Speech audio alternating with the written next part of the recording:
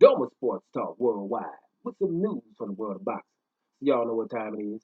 You ain't in a rush to get concussed, baby.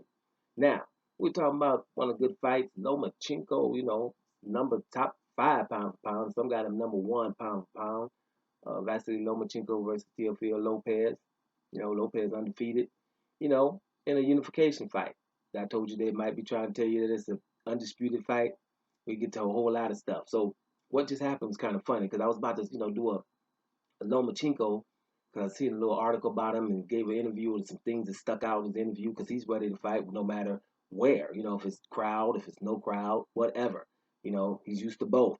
He also said some significant things like, the first crowd that was behind him the most was when he went to New York. Funny, right? But that's another little story.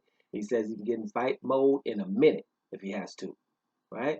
So those are some pretty good things that he was saying, and he looked like he's really ready to fight. And he even went there. He said, "Hey, thank them boys, Teofimo Lopez and his father, for promoting the fight. Thanks, guys." Because he said he don't really have to talk. He's not going to be saying too much. He's just going to handle his business in the ring, and that's good. And that's good.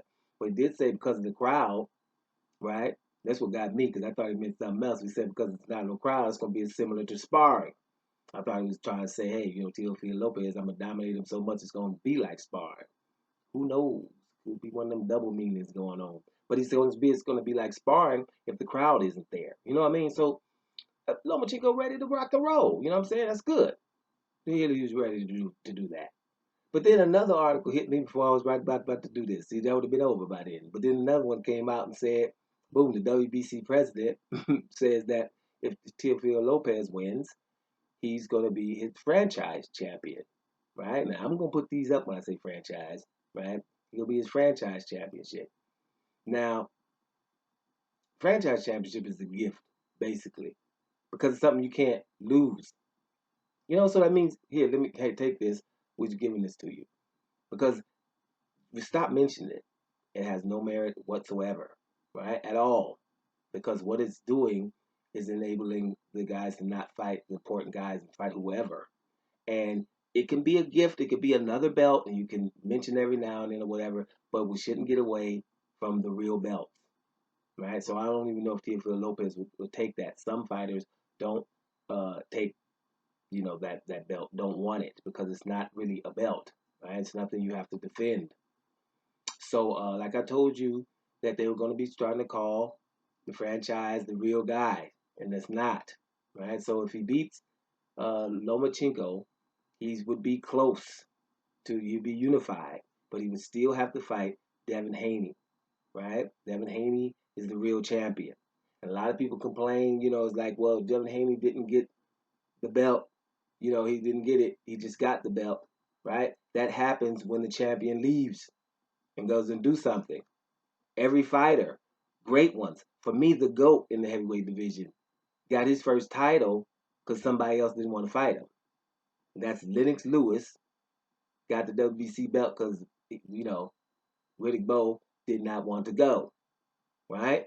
Even though it was the contract stipulating, hey, we supposed to fight. Well, always talk about it, document that.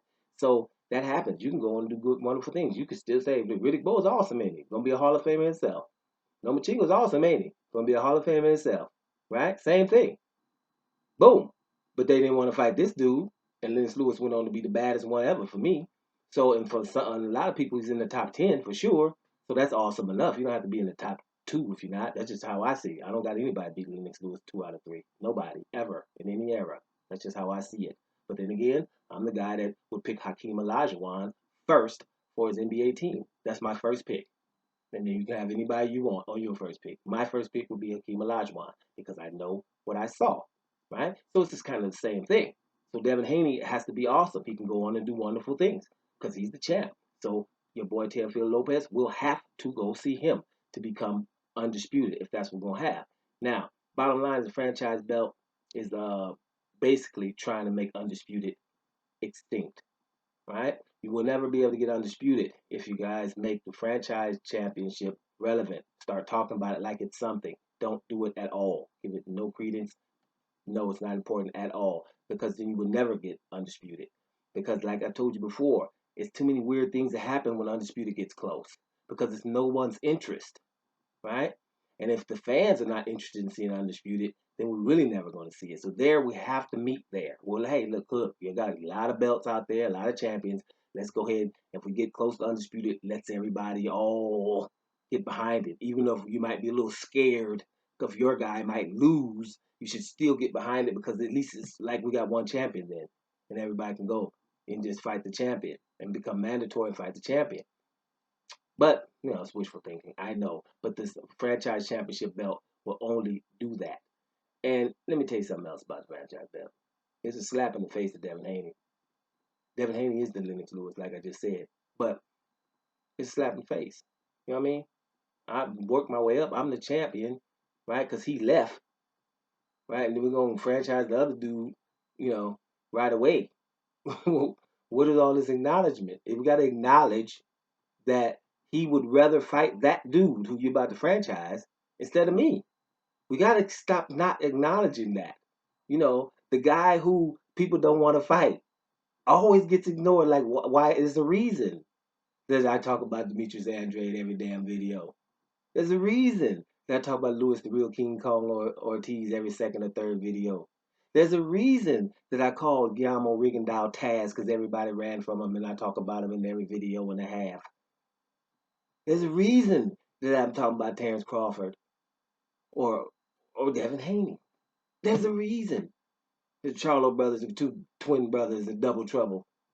Twin brothers, both of them champion. And people ain't doing what they supposed to. Not so much Jamel, because he gonna get some good fights down there. But Jamal all of a sudden can't get no fight, and then they tell him, hey, an interim was nobody. We didn't know him, Highland or whatever. A mandatory, that's nothing. Right? But Canelo, Gennady Golovkin about to fight your boy Samaretta, who wasn't even the mandatory. That Golovkin said, please make him the mandatory. Right? That's exactly what happened. There's no hating or whatever because that doesn't even exist here. Right? It's just wow. You know what I'm saying? So if things gonna be like that, the things gonna be like that. But the bottom line, let me just go back to what's up, is your boy Lopez, right? It's gonna be a good fight, but the franchise championship, if Lopez wins, shouldn't be relevant. Don't make it relevant. If, of course, that your goal in boxing is like any other sport to at the end find out who the best is in the particular division. Because like I said, we have a lot of those now. So therefore, it wouldn't be too much to ask to just have one champion. That's why this franchise title is there, to make sure that you never get that. Doma Sports Talk Worldwide. And I'm about here, y'all.